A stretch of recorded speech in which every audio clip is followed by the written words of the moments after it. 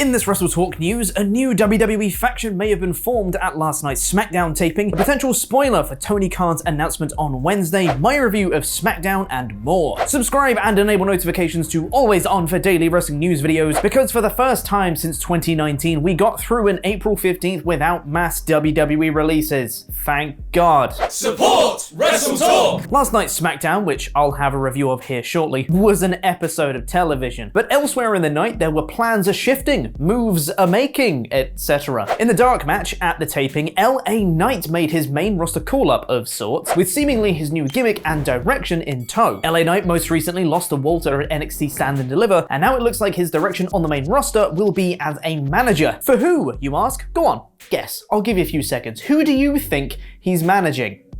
If your answer was Mace, you cheated. LA Knight seems to be the manager for Mace, with photos from the taping seemingly showing Mace having a complete makeover. And according to those in attendance, LA Knight cut a promo before the match saying he was forming a group known as Knight Model Management. Honestly, Mace has needed a repackage for a while anyway, so this isn't the worst idea at all. And Knight can definitely talk. I'm looking forward to their dissension and breakup in about a month's time. This coming Wednesday, Tony Khan will be making another huge announcement, and there's been an awful lot of speculation about what it could be, which Denise Salcedo and I spoke about yesterday on the WrestleTalk podcast channel, so go and check that out. Just from people in the live chat on that show, speculation varied from introducing trios titles to a Ring of Honor TV deal to an AEW streaming service. Or maybe he's just bought Impact as well. But according to the Super J cast, we already know what the announcement will be. On their podcast, they noted that Khan's announcement will be the reveal of an AEW and New Japan crossover show on June 25th in Chicago. An AEW New Japan Super Show is something people have wanted since the formation of AEW, with so many of their wrestlers having extensive histories in the promotion, and so many more wanting dream matches against some of their top wrestlers. Just think of the possibilities. I know I, for one, would be very, very excited about it if it did come to pass. There have been numerous teasers of New Japan and the history of AEW's wrestlers in years gone by in the company, so this would be a nice payoff. But you'd think they'd want Kenny Omega to be back in time for it, because what would an AEW New Japan Super Show be without the man who's been at the top of both of them? So maybe, hopefully, this is a sign he could be back by June. Maybe. Fingers crossed. If you've been paying attention to WWE lately, poor you, but also you would have noticed that, goodness me, there's been a lot of wrestlers getting new names lately. Whether it be Gunther, Ludwig Kaiser, Raquel Rodriguez, Butch, Ezekiel, sorry, that's not a name change, that's a completely different person. I got carried away there. Regardless, a lot of wrestlers have been getting their names changed lately, and this is more than Vince's usual name change allowance. According to Dave Meltzer in the Wrestling Observer newsletter, the reason for this flurry of changes is because Vince McMahon recently decided that he didn't want wrestlers to have any part of their real name or name established in the indies in their wrestler name. Because why would you want to capitalize on name recognition or excitement? And now it's time for my review of last night's SmackDown in about 5 minutes. Thank you for being awesome pledge hammers on Patreon, Greg Taylor, Soldier Spy, and fantastic Mr. Good Old Fox. You can get your own shout out and loads of extra bonus content by visiting us at patreon.com/WrestleTalk. This show kicked off with a hot start. RK Bro were here on SmackDown to answer the Usos for their challenge for the title unification match. They call out the Usos after some little comedy, and the Usos respond in kind with a great promo, hyping themselves up. Jay has a great promo on him, and with Jimmy throwing in the odd line as Jay's hype man, it's such a good dynamic. But then Randy Orton responded in kind with a fantastic promo of his own, reminding the Usos that he's been setting records in the WWE for 20 years and accepting the challenge for the title unification match. This was a really solid start to the show, and it's an exciting match for WrestleMania Backlash that I'm really looking forward to. The Usos got the upper hand on Riddle to end the segment, which set up the main event match of Riddle versus Jimmy Uso later tonight. What a great start!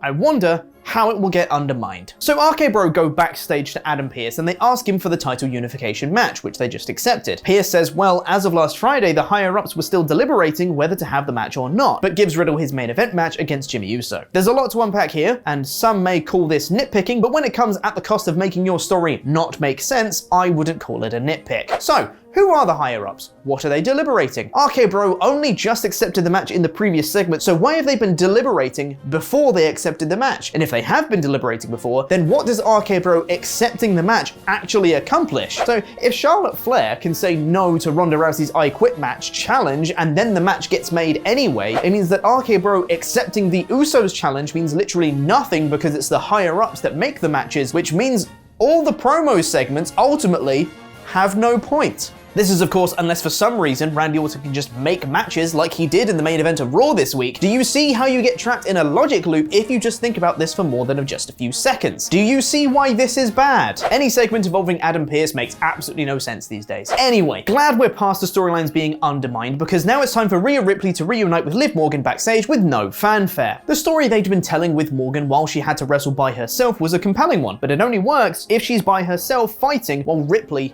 doesn't, which aids with Ripley's imminent heel turn, which now I'm not even sure they're doing. Ripley was just back alongside Morgan here, same as always, and had a match against Naomi, which she won, which just doesn't further anything. Now it's just starting to make Banks and Naomi look bad. Like, the match between Ripley and Naomi was fun, and given a bigger stage and more time, this could be a stonker of a matchup, I think, but here it was just a match that went against the story they were telling with Morgan, which now makes me think that they actually had no idea they were telling that story with her, because they don't understand storytelling. I don't know why this show is the one that's breaking me. It wasn't even that bad. The Usos ignore Kayla Braxton backstage and go into Roman Reigns' locker room. Looking forward to his segment later so we can find out what's going on with his championship finally. After a recap of Madcap Moss splitting from Corbin, he was interviewed backstage by Drew Gulak. Oh, Gulak.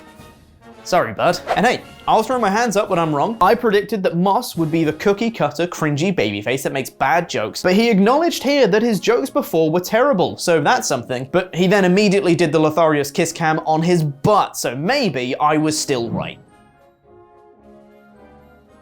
Moss defeated Umberto in a mostly nothing match where he looked okay, but man, he really needs to stop wearing suspenders with nothing else. Charlotte Flair asked Adam Pearce backstage who made her match after she rejected Ronda's I Quit match challenge. Great question, Charlotte! And after she is honestly really rudely interrupted by Drew Gulak, she says he should interview her in the ring. He does so, and does a very good job, I might add, but Charlotte then beat him up and made him tap and say I quit in the figure eight. This was an effective segment, but man, sucks to be Gulak, I guess. After a recap of Drew McIntyre versus Sami Zayn from last week, we got Drew McIntyre versus Sami Zayn in exactly the same match with exactly the same finish, but this one was a couple minutes longer. Rad. The two are having a lumberjack match next week. Ricochet then successfully defended his IC title against Jinder Mahal next, which was fine. It was a nice showcase for Ricochet. Give us more of Ricochet doing Ricochet things, please. Solid. Gunther with Ludwig Kaiser did a promo, and after a recap of Butch getting angry at Sheamus in Holland last week, backstage they say they just needed to redirect Butch's energy to where it needed to go, to the New Day. Michael Cole called Butch a petulant child, just in case you thought this story might be good. After Butch says his anger is directed at the New Day, he walks away, in plain view of everyone, like people do in interviews, and then Holland turns to Sheamus and says,